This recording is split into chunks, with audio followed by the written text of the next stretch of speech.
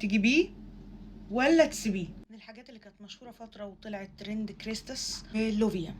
بالنسبة للوفيا ترتيبه معايا وبالنسبة لي كان بصراحة ضعيف، وكنت شايفة انه ما يستاهلش بصراحة سعره، وما كانش بيديني النتيجة اللي انا عايزاها، ولا في تسليك الشعر ولا ان شعري يكون مترطب كفاية.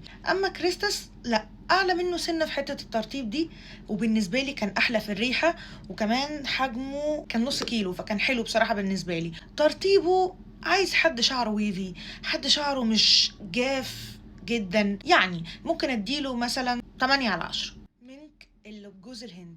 بصوا يا جماعة، كل حاجات منك بشكل عام انا جربتهم برضو كلهم، وهقول لكم مين اكتر نوع فيهم هو اللي عجبني. طبعا حجمه كبير وسعره اقتصادي، ولكن للأسف ما كانش بيناسب شعري، ترطيبه بالنسبة لي ضعيف، فهو كان بالنسبة لي اقل واحد فيهم. غير مش عارفة ليه هو تحديدا كنت بحس ان شعري بيقع معاه.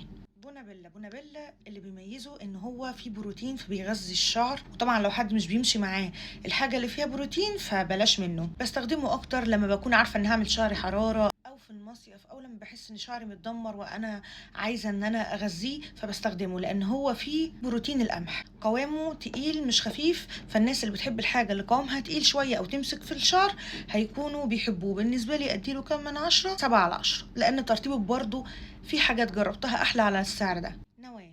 نواه من اكتر الحاجات اللي بشوف عليها دايما كومنتات حلوة وايجابية، وان هو مشي مع ناس كتير، الا العبد لله ما كانش مناسب معايا. بصوا، هو مش فكرة مش مناسب معايا، هو قوامه تقيل وبيساعد ان شعري يتسلك بس بعد فترة، لكن مش بحس ان شعري اللي هو سايح كده من بعده او ناعم، بعكس مثلا اي نوع تاني انا متعودة ان انا استخدمه. فهو حلو بصراحة مش وحش، بس بالنسبة لي مثلا ممكن اديله 6.5 على 10. جي دوكس اللي بزيت المكاديميا للشعر المسبوغ